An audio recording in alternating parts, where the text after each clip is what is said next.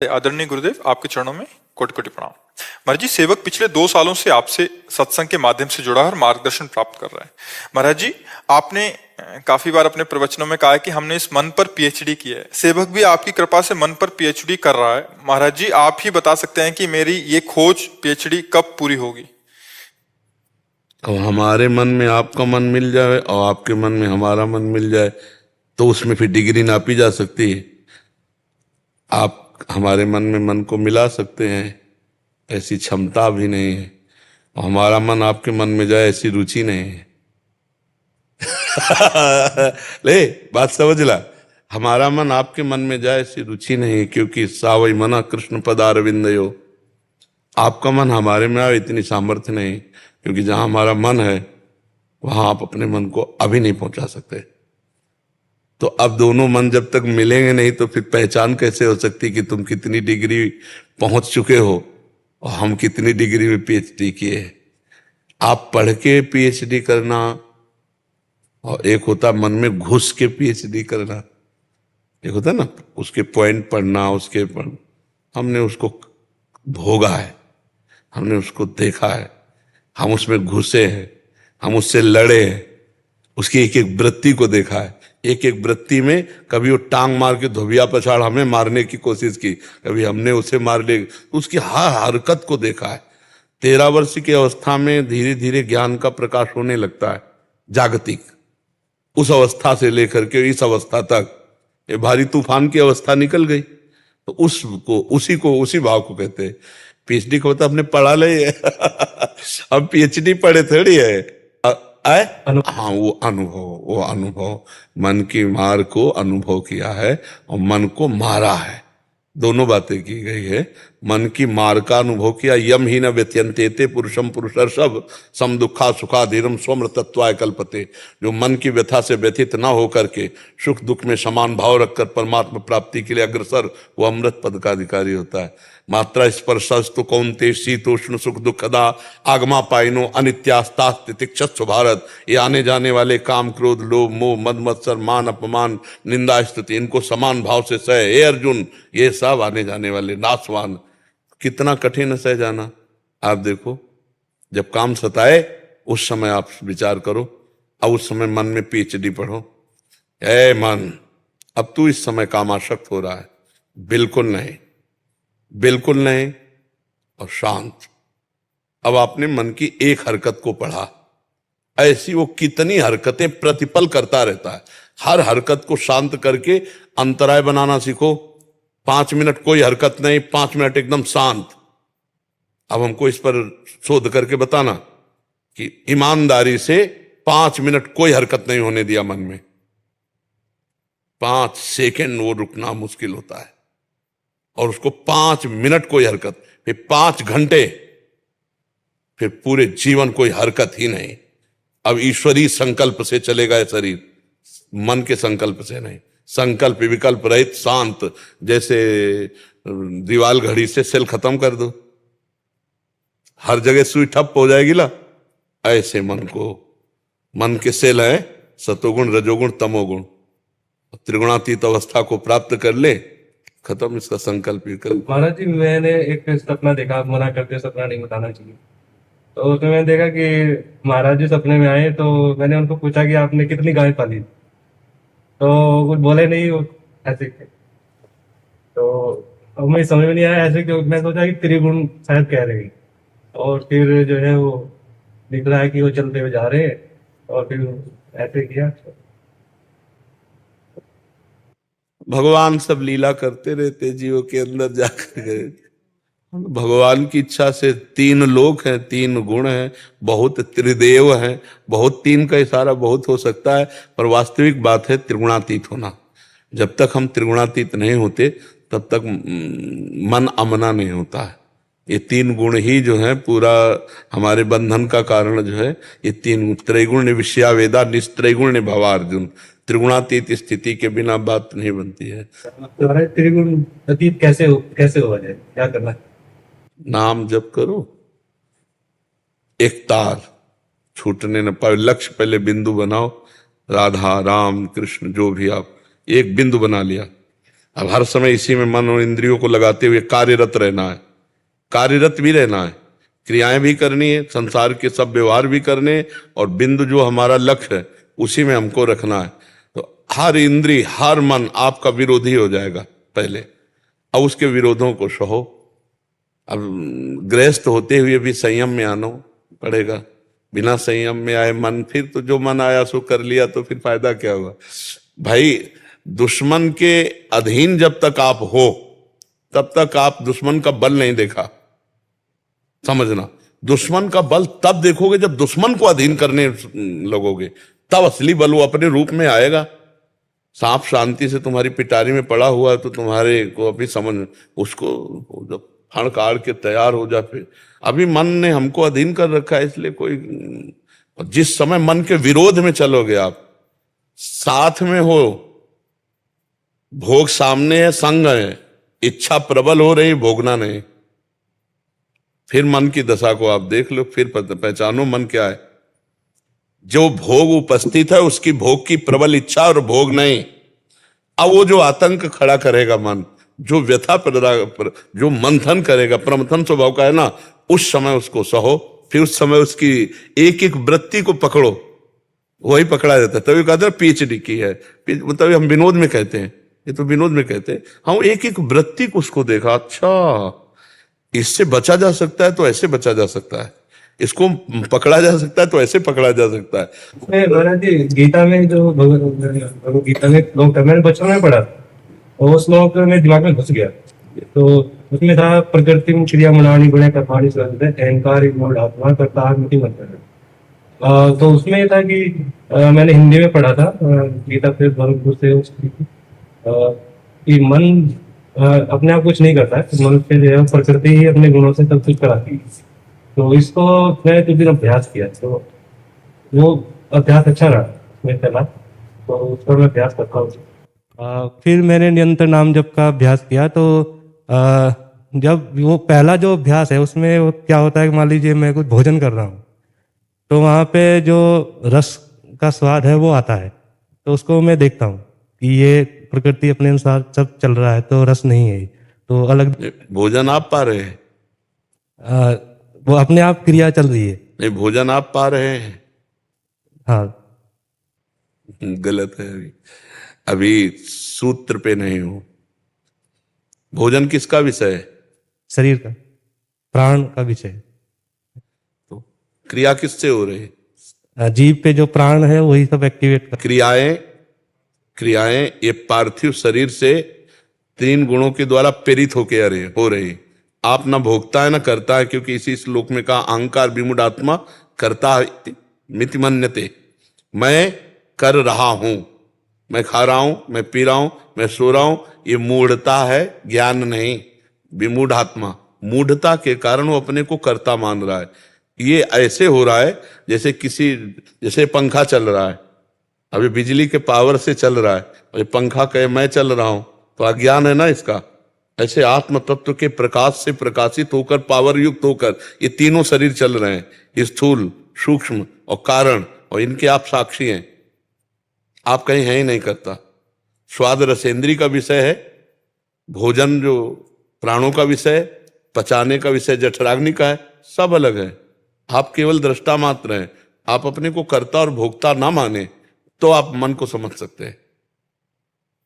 आप कहीं नहीं हैं इसमें, हैं आप कहीं इसमें नहीं। दृष्टा मैं सोचता हूँ कि मैं जो दृष्टा हूँ वो मैं हूँ। ये जो इस क्रियाओं का अनुभव हो रहा है कि ये भोजन पाया जा रहा है, ये मीठा है कि कड़वा है, ये सब इंद्री का हो रहा है, आपका नहीं हो रहा। आप इसके केवल भोजन पाया जा रहा है, इसके आप केवल दृष्टा हैं, केवल दृष्टा है आप इसके। कड़वा है, मीठा है, अच्छा है, बुरा है, अपच है, सुपच है, ये सब अंतर का विषय है। आप उससे तटस्थ है। सुखद है या दुखद है, आप उससे अलग है। जब आप धीरे धीरे अलग की सिद्धि हो जाएगी तो आपके शरीर में पीड़ा हो या सुख हो, इससे कोई फर्क नहीं पड़ेगा। अभी जैसे गुरुजी आपको बताते हैं ना कि भगवान स्वयं का 88,000 वर्ष तक जो है वो एक जगह बैठ गए, समाधि में बैठ गए। तो मैं अभ्यास करता हूँ तो मैं 1 घंटा तो हो जाता है। 88 साल जी होगी 88 साल जी होगे के लिए वाले 88,000 वर्ष सवा दिल की थे। 80 मिनट तो एडजस्ट होना चाहिए।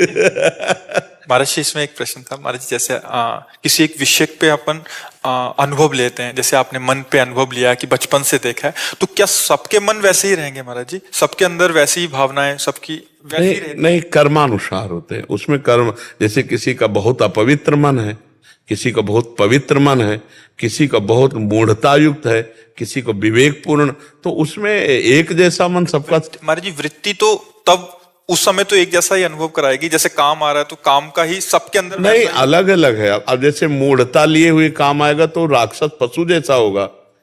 अब वो एक विवेकवान के अंदर भी तो काम आता है, पवित्र हृदय में भी काम आता है, तो वो अपने काम को विवेक के द्वारा दबाता है, वो बहुत कम स्थिति में आता है।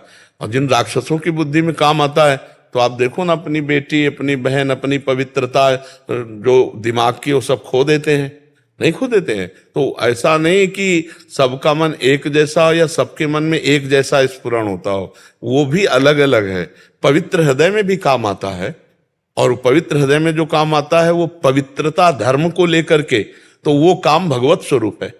जैसे एक सदगृहस्थ है, उसके हृदय में काम आया, वो भगवान का सुमिरन करके अपनी पत्नी से प्यार करता है, तो उसका कोई पाप थोड़ी माना जाता है, वो धर्म माना जाता है। और एक गृहस्थ है और पापात्मा जीव है, उसके अंदर काम आता है, तो कहीं भी किसी की भी तरफ वो गलत दृष्टि देखेगा, गलत सोचेगा, गलत भावना करेगा, तो काम दोनों में आया। लेकिन एक काम धर्मयुक्त और भगवत स्वरूप हो गया, और एक काम पाप युक्त नरक ले जाने वाला बन गया।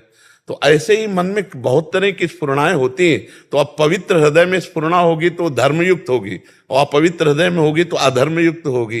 तो अधर्मयुक्त बड़ी भयावह होगी, और धर्मयुक्त जैसे कोई बात आई, अब वो धर्मयुक्त नहीं है तो धर्मात्मा हृदय, तो उसका समन करेगा, नहीं भाई नहीं, उचित नहीं, उचित नहीं। लेकिन जो पापात्मा है वो कोशिश करेगा, चाहे मुझे जो भी हो, एक बार मैं करके देखता हूं, एक बार वो गलत दिशा को चला जाए।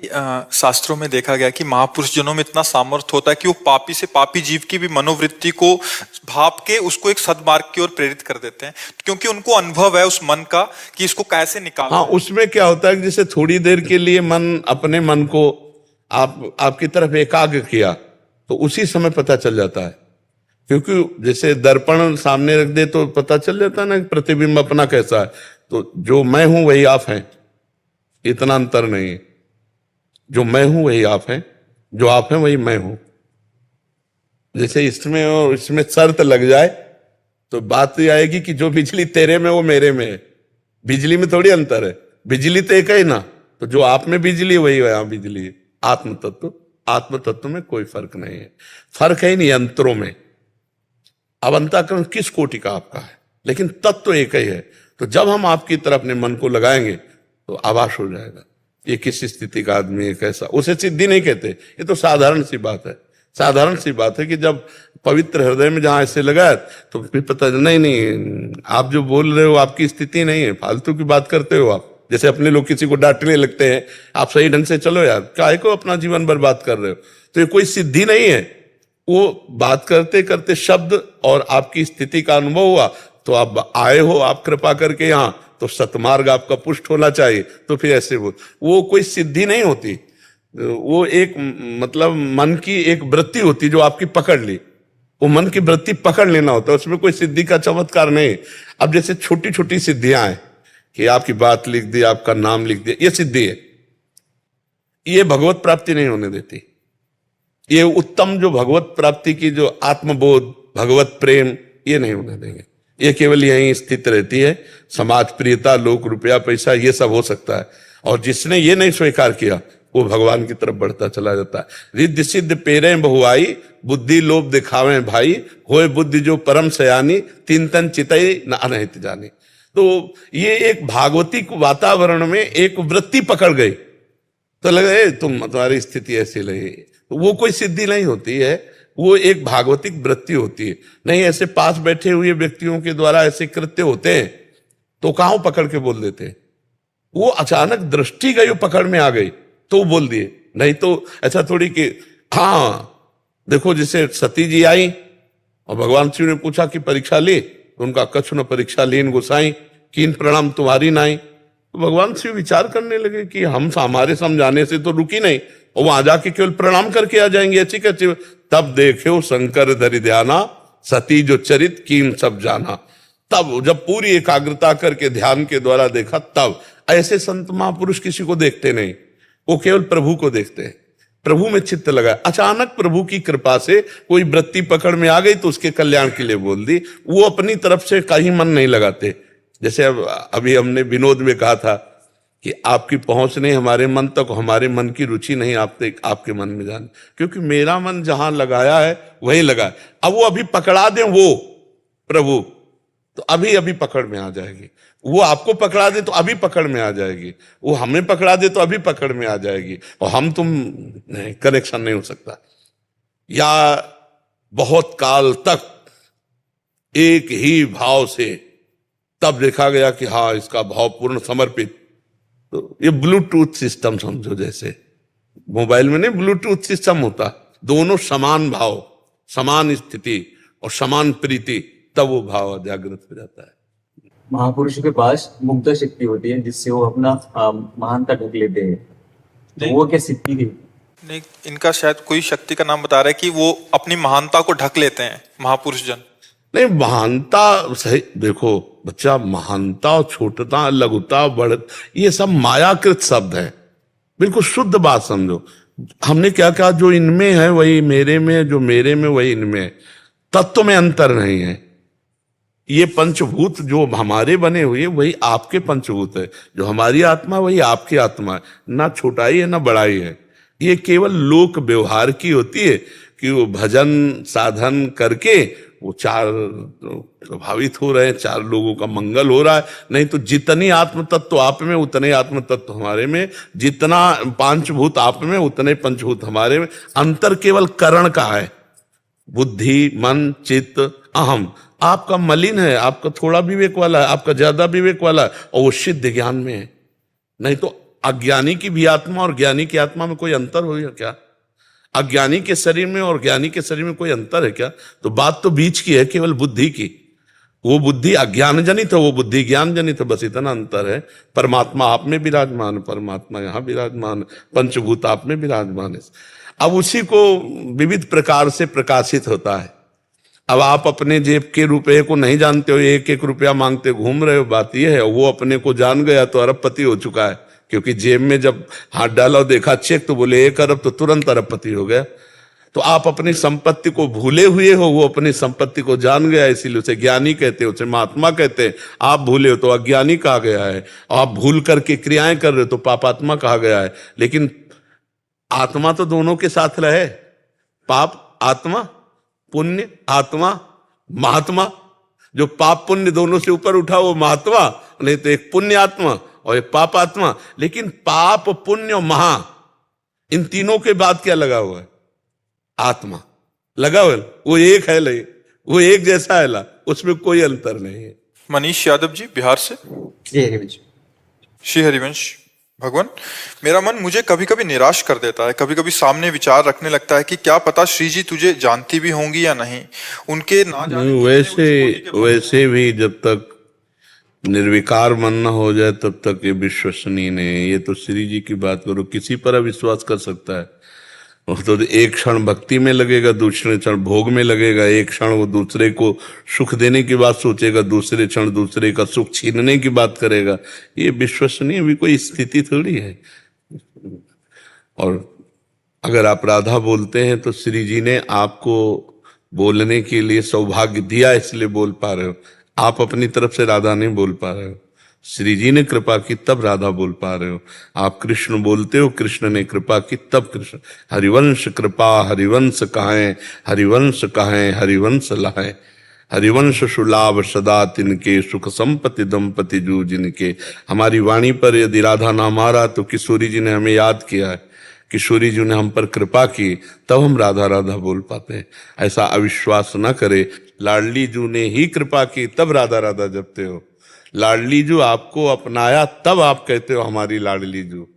तो आप बाद के बोलते हो, पहले उधर से होता है। समझ पा रहे हो? महाराज जी, मेरे मन में और भक्तों के प्रति एक थोड़ा सा ऐसा भाव आता है ना।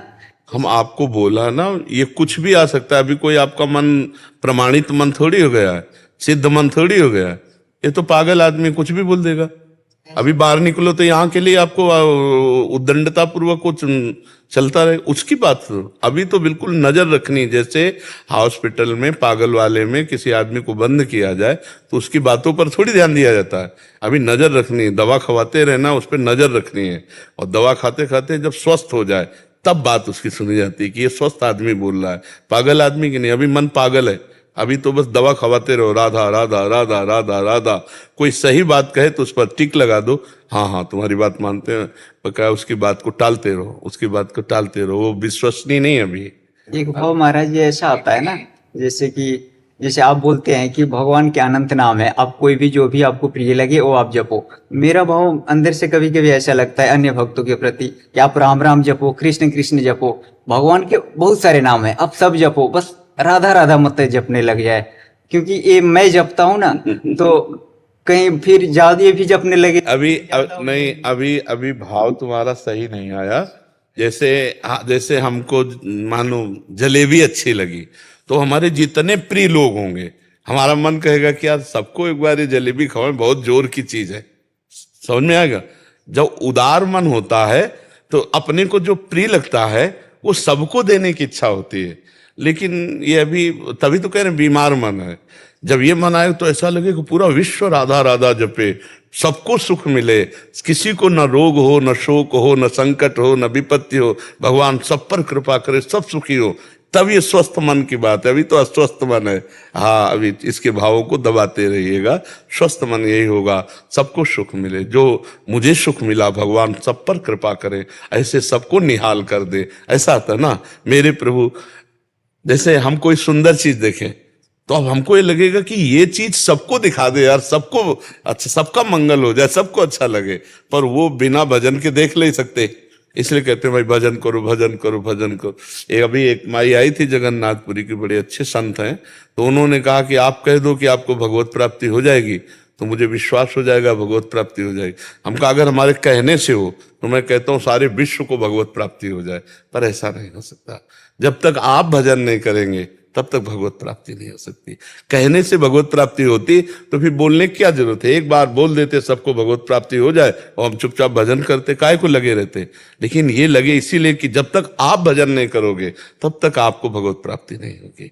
तो अपने मन को दबाते रहो और सबको सुख देने की भावना रखो, सबको सुख देने की, कि कैसे सबको सुख दें, कैसे सबको हम आनंद दें, तो आप आनंदित रहोगे क्योंकि सब में भगवान विराजमान है। ठीक है। सोनू कुमार जी, हापुड़।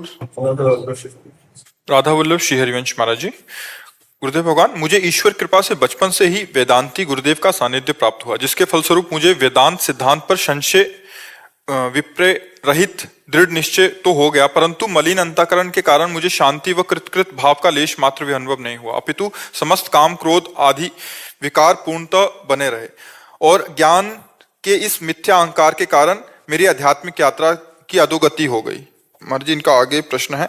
महाराज जी, आपके श्रीमुख से सुना है कि स्वरूप बोध की जिज्ञासा वाले पथिक को सत व असत दोनों प्रकार के चिंतन का त्याग करना होता है। भगवान, तब से मैं संशय में पड़ गया हूं कि हरि नाम तो सत चिंतन है।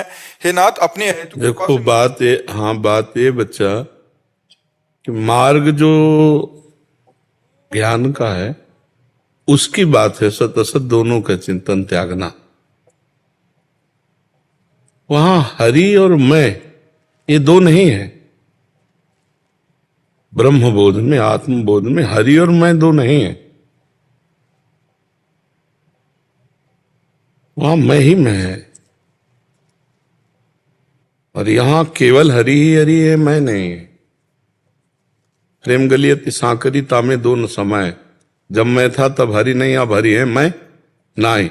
और उसमें हरि नहीं, मैं ही मैं है, हम ब्रह्मांड। तो ज्ञान के पंथ कृपाण के धारा, परत खगेश लगे नहीं बारा। अब इतने बड़े तपस्वी तो हो नहीं, जितेंद्री तो हो नहीं, तो दुर्दशा तो हो ही जाएगी। इसलिए भगवान की शरण में होकर भगवान का नाम जप करो। आद्य गुरु भगवान शंकराचार्य जी से शिष्यों ने प्रश्न किया, अपार संसार समुद्र मध्य, इस अपार संसार समुद्र के बीच में मज्जतो, मैं डूब रहा हूं, शरणम की मस्ती, किसकी शरण में जाऊं? उनका विश्वेश्वर पादाम्बुज दीर्घ नौका, गुरो कृपालो कृपया वदेत, श्री विश्वेश्वर पादाम्बुज दीर्घ नौका।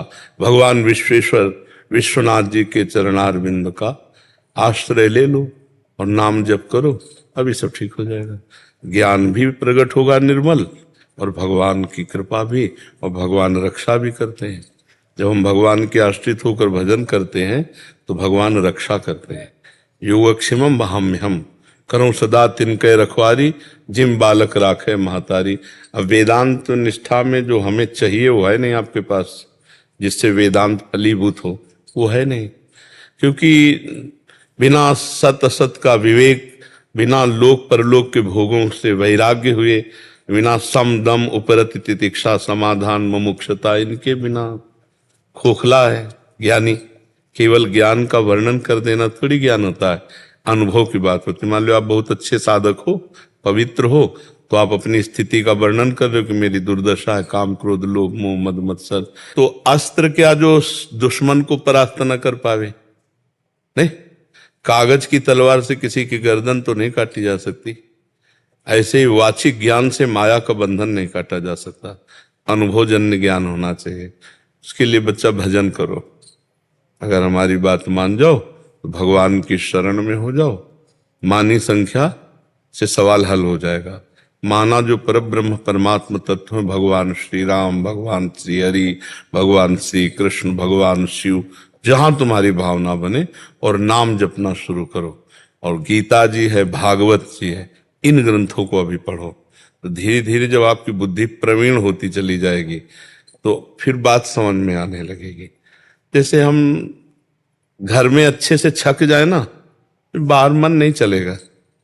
ऐसे अंदर आंतरिक आत्म सुख मिल जाए ना, तो बहिर जो इंद्रियजन्य भोगों की उसकी लालसा नहीं रह जाएगी।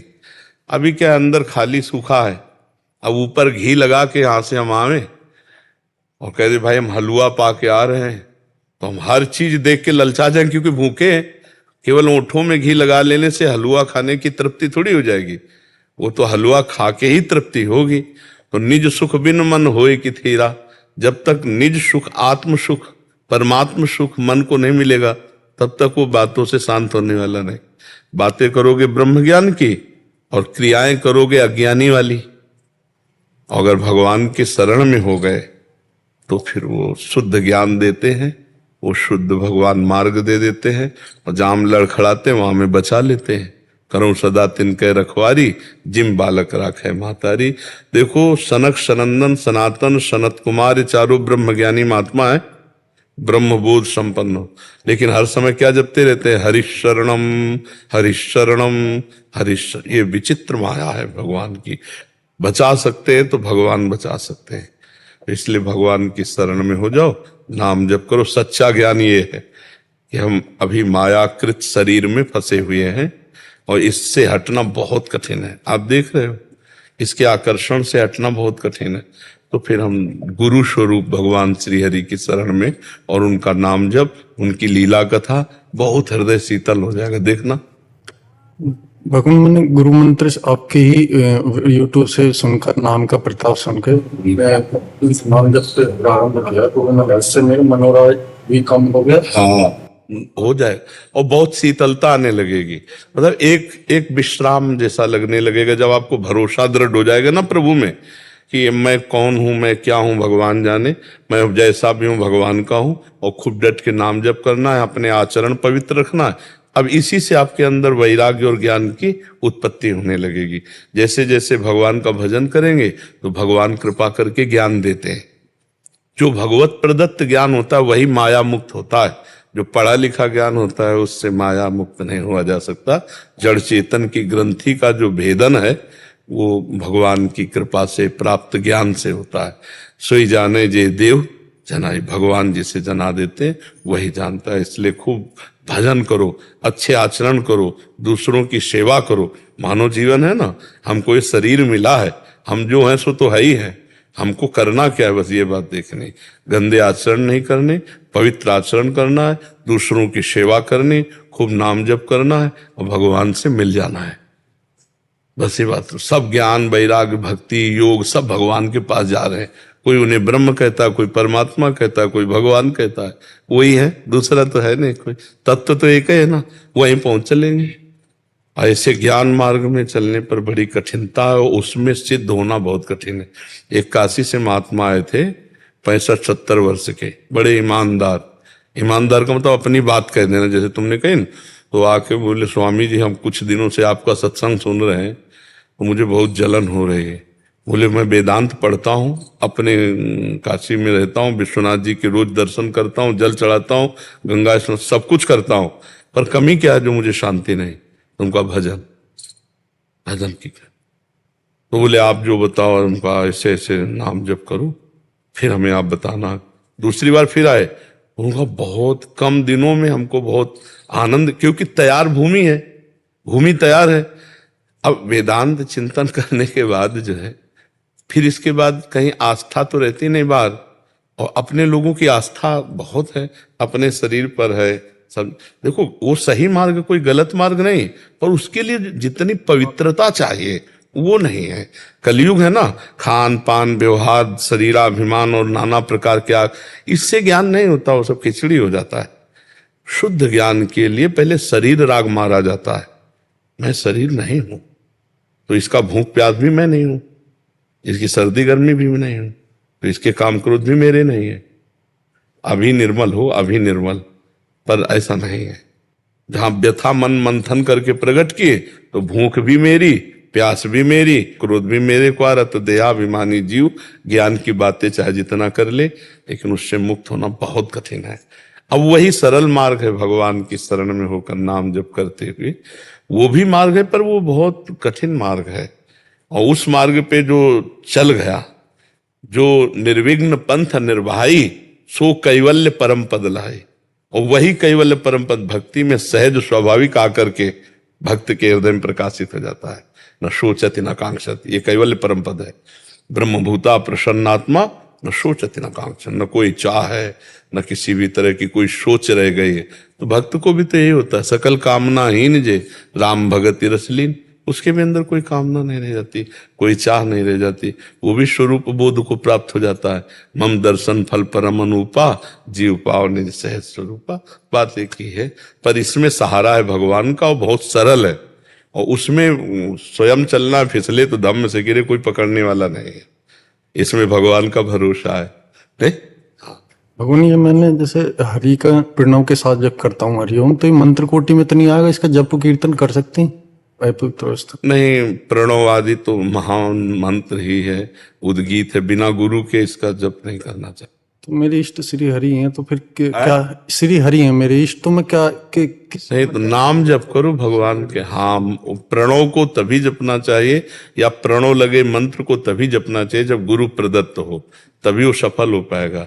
ऐसे नहीं, ऋषि परंपरा रही है, तो अपने गुरुजनों से जो मंत्र मिलता है उसी से सिद्धावस्था प्राप्त होती, नहीं और विघ्न आ जाएगा। मनमानी मंत्र जपने से कामादि दोष प्रकट हो जाएंगे।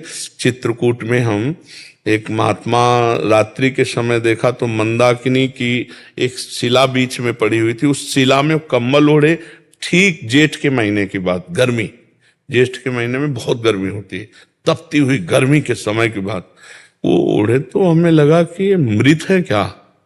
तो जो वहाँ हमें लिवा गए थे, उनका नाम युगल किशोर था, तो कहा युगल किशोर ये मृत है या जिंदा है? उनका जिंदा। उनका जिंदा, और कम्बल ओढ़े, और ऐसे पत्थर के टुकड़े पर ऐसे रात। बोले बड़े निरपेक्ष महापुरुष है, किसी से बात नहीं करते।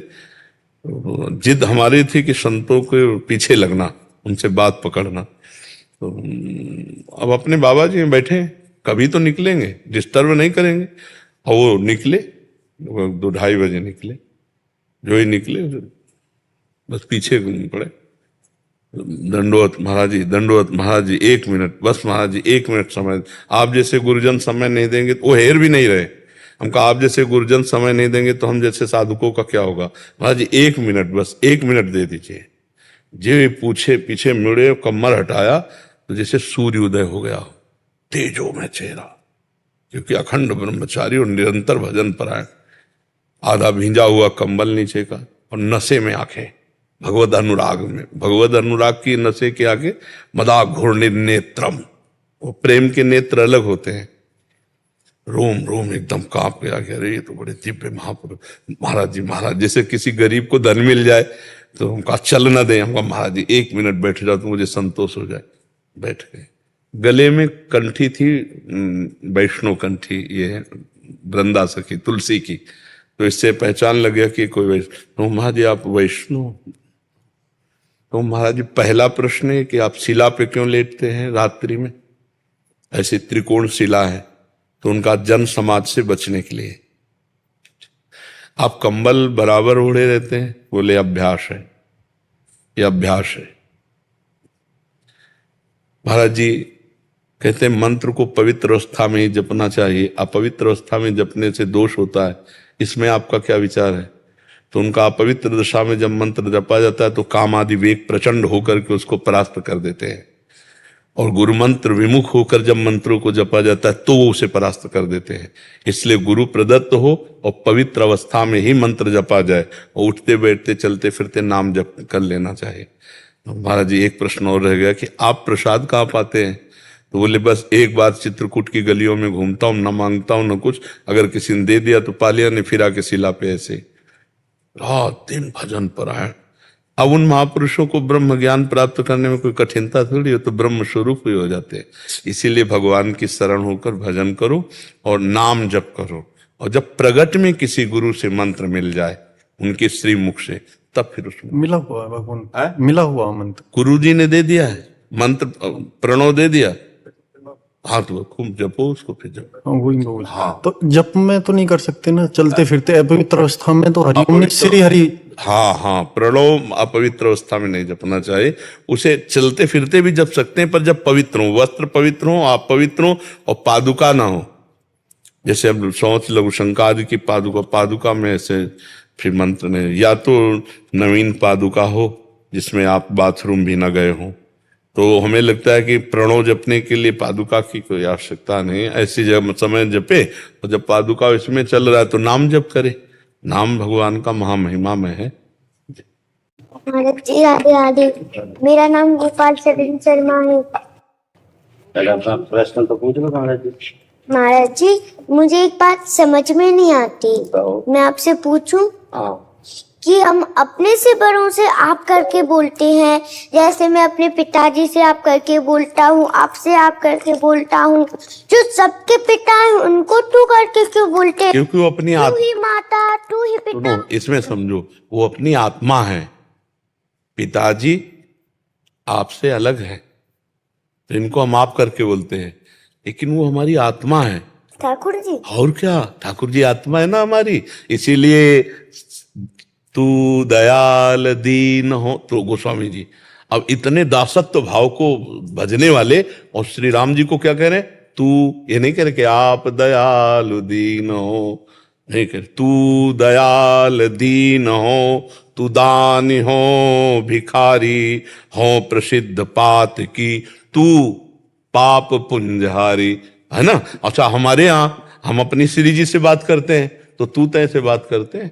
अपने पदों में देखो, तू तो सखी सयानी, तय मेरी एक को न मानी, हो तो सो कहत हारी, जुगति जुगति सो। क्योंकि वो अपनी आत्मा है, सम्मान दूसरों का किया जाता है, प्रभु हमारी आत्मा है, इसलिए समझ पा रहे ना। तो आपको गंभीर होना है। जैसे आप हमसे प्रश्न करो तो सिर्फ हमारी तरफ देख रहे हो, किसी तरफ नहीं, एकदम ऐसे नहीं। हमको चरित्रवान बनना पड़ेगा, किसी की तरफ हमें जल्दी देखना नहीं, ऐसे नेत्र रखना है, और खूब नाम जप करना है। और अब तुम सुना दो तो हम सुने तो कैसे तुम बोलते हो। तो महाराज मैं आपको ठाकुर जी की कथा सुनाता हूँ।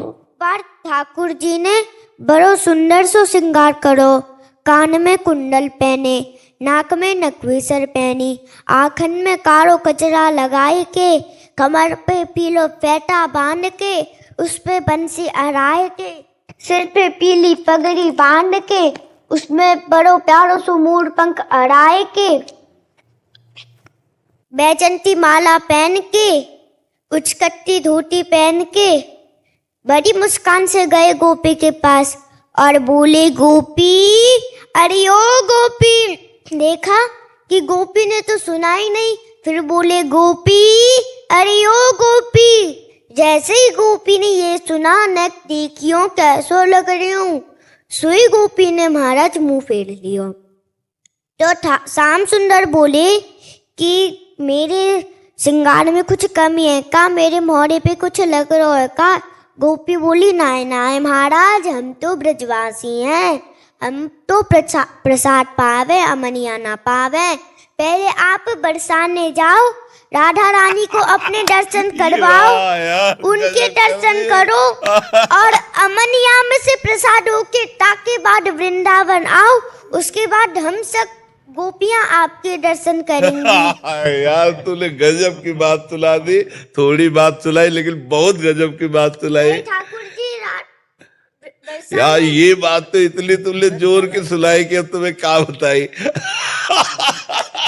अब तो दास जल है प्रसादी पावे, अब आपके रूप का रसा स्वदल तो लाडली जो करे।